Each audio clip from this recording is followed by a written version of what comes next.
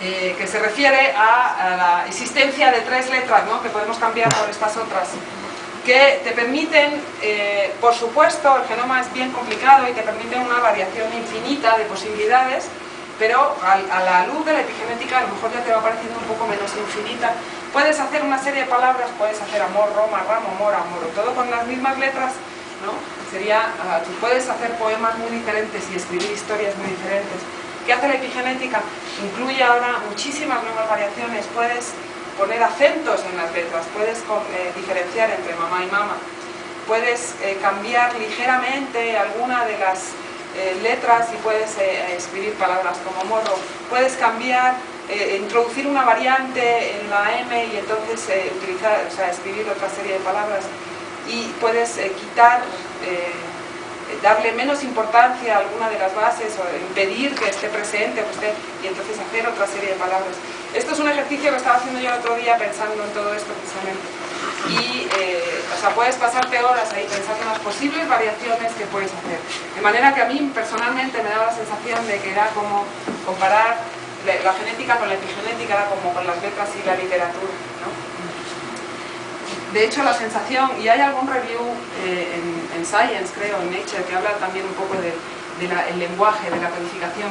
La epigenética es un código, ¿no? Es un sistema. Tú tienes un lenguaje y que puede estar escrito de muchas maneras diferentes, y la epigenética necesitas conocerla para entender lo que está diciendo el genoma. Porque te da igual que haya 4 guaninas seguidas de 3 timinas, bueno, no te da igual, pero lo que puede salir de ahí es completamente diferente dependiendo de lo que está pasando. Y el epigenoma, además, cambia constantemente, entonces ya no es solo que tengas que saber que en el proceso cancerígeno la histona 3 está acetilada. ¿En qué momento del proceso cancerígeno? Estamos viendo, por ejemplo, la ubiquitinación es un proceso que durante la transcripción cambia de etapas tempranas a tardías. ¿En qué momento lo estás viendo? ¿Cómo se está relacionando eso? ¿Qué te está diciendo eso con respecto al minuto después en que el genoma ya cambió completamente, ¿no? La idea es, nos queda mucho trabajo por hacer, pero también hay mucho campo donde uno puede incidir, ¿no? Y tanto es el campo que ya surgen también muchas revisiones sobre la epigenética, la influencia, conceptos ya claros donde la epigenética está afectando al humano particularmente, y hay mucho desarrollo de tratar de ligar estas modificaciones epigenéticas con patologías determinadas. Esta es simplemente una gráfica, una tabla al azar de muchas de las revisiones que hay, bueno, no muchísimas, pero algunas revisiones que hay sobre epigenética y patología, y se ven diferentes síndromes que afectan al humano en general, diferentes cánceres, como veíamos, y la naturaleza de la modificación epigenética que ya se ha descrito y se ha demostrado. Hipometilaciones, por ejemplo, aparecen por aquí, mutaciones en las proteínas que reconocen el DNA metilado, por ejemplo, mutaciones en proteínas que se sabe que están involucradas en los diferentes procesos, translocaciones cromosomales que involucran a las acetiltransferasas y a las metiltransferasas, en fin, hay una gran serie de patologías que están ya relacionadas bien sustentadamente, contundentemente con modificaciones epigenéticas. Y una característica común de las lesiones epigenéticas en las patologías humanas es que afectan a la habilidad de las células para cambiar su fenotipo, porque, como les trato de comunicar, esto es una cosa absolutamente dinámica y que está respondiendo a las señales del ambiente. Se conoce bien en el caso, por ejemplo, de una patología monogénica, que son bonitas de estudiar porque como están relacionadas con un solo gen, pues uno puede avanzar ahí bastante bien en saber qué es lo que está pasando. Hay un defecto en el aparato epigenético que impide el desarrollo. Perdón. Y lo que ocurre aquí es que hay una ausencia o una mutación o una disfunción de esta proteína MCP2 que reconoce el DNA cuando está metilado. Entonces, en una célula normal, este gen no se está reprimiendo, se está reprimiendo, no se está expresando porque está altamente metilado, y pues obviamente si no tienes la proteína, la metilación no se está reconociendo y el gen se está transcribiendo. También, por supuesto, en el cáncer se involucran numerosas lesiones epigenéticas que pueden afectar múltiples programas, ya lo hemos visto, y en general lo que ocurre es que genes, como hemos visto, que estaban reprimidos en células normales, como aquellos que inducen una proliferación excesiva, etcétera, etcétera, están activos constantemente en las células cancerosas, y que genes que se están activando, como los genes supresores de tumores, en condiciones de células cancerosas ya se están dejando de activar. También el envejecimiento implica una pérdida de la plasticidad normal, de la respuesta a estímulos internos y ambientales, y hay una fuerte tendencia a estudiar el epigenoma en el envejecimiento, indicando que podría tener un papel importante si, por ejemplo, lo que ocurre en el epigenoma viejo es que la respuesta empieza a ser mucho menor.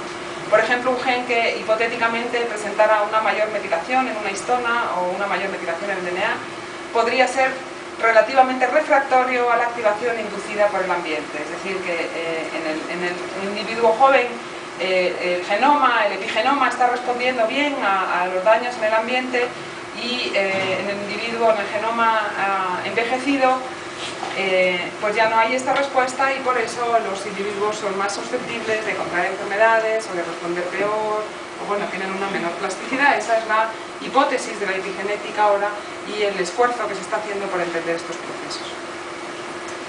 Y una de las cosas más interesantes de la epigenética es cómo responde al entorno, porque también nos permite a nosotros en el laboratorio poder modificar pues los procesos epigenéticos para poder entender lo que está pasando y poder diseccionar los procesos, ¿no? Los genomas reaccionan a diversos estímulos ambientales, y aquí podemos poner infinitos: el estrés, el cuidado materno, la exposición a toxinas, el desarrollo de procesos como aprendizaje, memoria, depresión, etcétera, etcétera. Mucho de lo que se ha hecho es en el sistema nervioso, porque aparentemente casi cualquier cosa que le hagas al sistema nervioso produce cambios epigenéticos: la depresión, la ansiedad, la adicción a cosas, yo qué sé, casi cualquier cosa, ¿no? Y las respuestas epigenéticas a estos estímulos pueden tener consecuencias a largo plazo, incluso afectar a las generaciones futuras, que es una de las cosas que está contemplada, digamos, dentro de la definición de epigenética como cambios heredables. Esta diapositiva ya la vimos antes, se refiere a las muchas modificaciones que puede sufrir una histona. Y ya hemos visto también cómo se pueden modificar entre sí, o inducir modificaciones o bloquear modificaciones, el hecho de que esté modificado o no.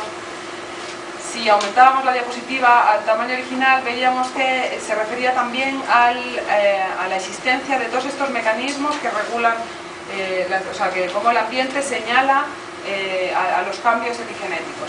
La actividad sináptica, por supuesto, lo que está involucrado, los procesos de aprendizaje, memoria, de potenciación a largo plazo, etcétera, etcétera. El estrés o el daño también hace que el epigenoma cambie, los neurotransmisores, los ambientes del estímulo y los procesos metabólicos. Y esta revisión en este momento siempre dice signaling, hay una señalización y se produce una activación o una desactivación de la maquinaria enzimática. Cómo se producen todas estas señales, todas estas flechas que deberían estar aquí son las que no están ni van a estar por el momento, no están no porque yo no las conozca, sino porque no se conocen, y es una de las cosas más interesantes quizá también de hacer, ¿no? Cómo se produce la señal, porque este es uno de los puntos en los que querríamos modificar la señalización con el fin de evitar problemas mayores. Viniendo de un departamento de farmacobiología, sea lo que sea eso, el aspecto farmacológico siempre está presente en nuestros trabajos, y entonces tratas de ver cómo puedes modificar las cosas, ¿no? Por supuesto puedes modificar el estrés para que no tengas estrés, pero una vez que lo tienes ya inevitablemente, ¿cómo puedes modificar la señalización? Y lo que viene ahora ya, que son las últimas diapositivas, son algunas de las trabajitos recientes algunos de los campos en los que se está estudiando esto, que simplemente los elegí un poco al azar, por lo que me gusta a mí, por lo que estamos haciendo en el laboratorio, pero la realidad es que casi cualquier ejemplo de proceso con el que estén trabajando puede tener ya un artículo en el que habla de modificaciones epigenéticas.